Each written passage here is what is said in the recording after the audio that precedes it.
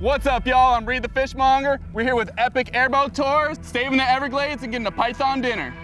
The first sightings of the invasive Burmese python in the Florida Everglades was in the 1980s. By the early 2000s, biologists confirmed that they are successfully breeding in the wild. This is absolutely horrible news for the native species. This side holds a lot of vegetation. It's a great place for snakes to get out of the water, because on that side it's all flats and all water. Then you have a little bit of dry ground levee that we're gonna hunt on the bikes. Then you got this canal. That's the only high dry ground. So these snakes are coming out looking for a safe haven. A lot of them are making their nests up on these islands. So we're about to get off on foot, try to have Shelby lead us to any snakes. So Shelby is a snake tracking dog. She finds red and yellow rat snakes, Brooks king snakes, pythons. She's the sweetest dog in the world, but she finds a snake, she turns it into a different animal. So we'll kind of let her do her thing, get up and track and see if we can find something. And these islands are definitely not for the weak-hearted. A lot of thorns, a lot of vines. There's a lot of water moccasins out here, so just take it easy, one step at a time. Go find him, girl, find him.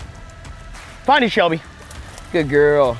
We didn't find any on the islands this time, but we're not giving up yet. We're gonna run down the levee on e-bikes to cover a lot of ground in a short amount of time. We'll come back for the bikes. We're running, we're coming, bye. The loss of small and medium mammals disrupts food chains. Raccoons, opossums, and bobcats' numbers have decreased by over 90%. The Everglades is now considered an altered ecosystem due to the invasive Burmese python. And we just found a nice one. Oh, yes.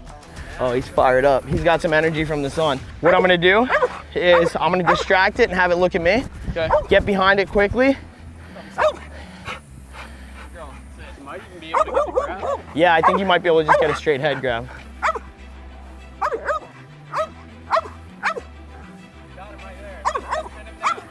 Nice, dude! Yeah, baby.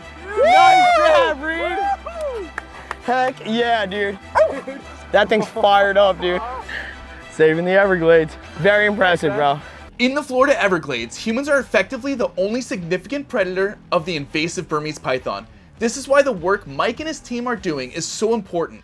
You can support his mission of eradicating this invasive species by booking a hunt with epic airboat tours. When it comes to processing python to eat, you want to make a nice shallow cut on the belly side from the neck all the way down to the tail. Then you're going to cut all the way around the neck, completely separating any skin connected to the head. That way, you can pull back on the skin to get a good starting point to rip the whole skin off in one go. Getting that starting point is the hardest part. Once you're there, you're in there like swimwear. You just get a good, nice grip and start sliding on down. So, highly recommend getting a buddy or nailing it to the table.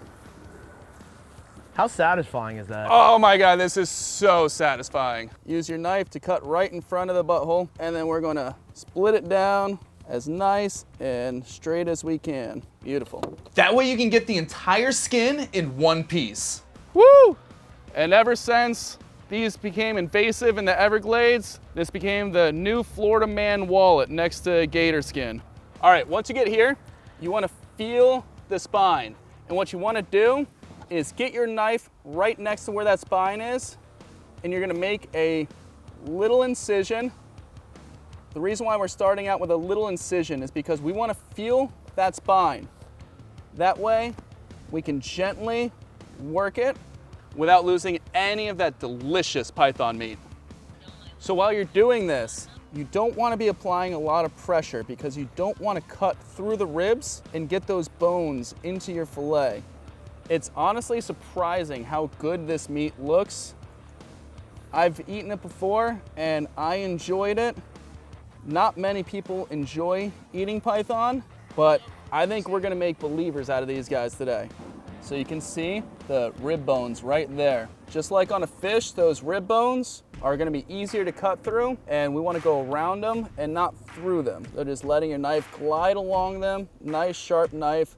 Let the knife do the work. Nice, long, boneless, skinless, delicious Florida Everglades python. All right, one fillet down, one more fillet to go. Now, is that the craziest looking fillet you've ever seen? That makes me hungry. How about you? All right, second side, same thing. You want to get as close to that spine as you can. And what we're going to do is we're just going to make a nice incision close to that spine all the way down. Then after you've got as close to that spine as you can on that initial cut, it's a lot easier to work the snake with those nice cuts you were seeing me do on the other side. And with that last cut, there's fillet number 2. All right, you guys, just wait until you see what we're gonna cook up for you. This is gonna be banging. I'm gonna be making the best python stew they've ever had. I'm cutting it into small chunks, but I should have pounded the loins to tenderize them before cutting it up. Honestly, this is a lot more meat than I thought we were gonna get. I'm stoked. Let's get cooking. First, we have to dice up our veg. We've got onion, potato, carrots, and tomato. You don't have to worry about the cuts being pretty. This is a python stew in the Everglades. Up next, we're going in with excessive amount of garlic, onion powder, cayenne, oregano, garlic powder, paprika, thyme, and I always throw in a bay leaf or 2, depending on the size. To go with how sanitary the rest of this meal is, we're gonna go for a beautiful hand-mixed Burmese python. Get our nice snake in there. We wanna let that brown on the bottom of the pot a little bit. So I'm gonna scoot these on top, flatten out that big reptile on the bottom of our pan, and all that seasoning is gonna stick to the bottom of the pan a little bit. When that happens, we're gonna release it with butter, and it's gonna deglaze all that seasoning off the bottom of the pan and make it real nice. We didn't get the browning we hoped for due to technical difficulties with Mike's grill. We're gonna have to convert him to Rectech, but for now, we'll still get the job done. Bottled water, Publix bagged veggies, a top off with some extra herbs, and that bay leaf. Let it boil until the potatoes are tender, and we're good to go. All right, guys, let's test it out, see how it came out. Rubbery, chewy, but not gamey at all, full of flavor, phenomenal. Python stew is done, courtesy of Reed the Fishmonger. Nice aromatic broth here. It actually looks really good. Oh, it's gonna be banging, dude. Smells really good too. Yeah, you're gonna love it. Final garnish, got a little bit of cilantro on top. Cheers, dude. Let's give it a shot. Wow, flavor is incredible. Thank you so much, dude. I sent some soup down the wrong pipe. Oh no. All right, we're good. That broth is absolutely incredible. A lot of seasoning and flavor to it, man. And actually, although it's rubbery, a little chewy, it's a lot better than I expected. You got your big old reptile right there. Cheers, brother. Cheers, man. You guys, thanks for watching. Have a killer day.